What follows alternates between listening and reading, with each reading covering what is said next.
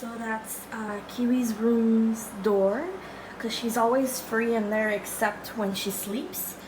And she can be aggressive towards people she doesn't know. Well, anybody but me, really. She is a rescue. She's always been like this, so I've been trying to work with her for that.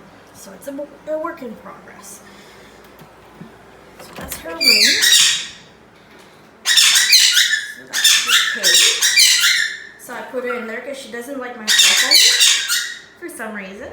So she's in there for now. Put the towels down there.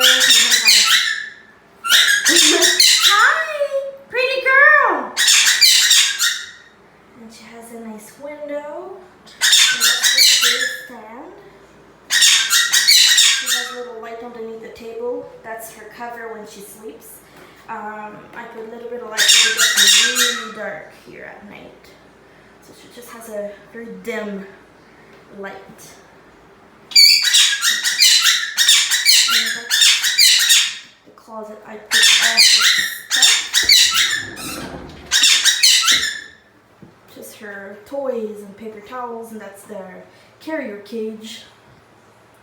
She used to have this cage always out as a sleep cage, but she was really protective over this cage, so I decided to put a stand instead. Here we go. That's my love. And you have some food on your beak. Very elegant. Yeah. There's a lot of different perches. Perches all around her cage too, because she spends all of her reading. The door open. So it's not the largest cage, so she just sleeps in there. Yeah. Hi! Hi!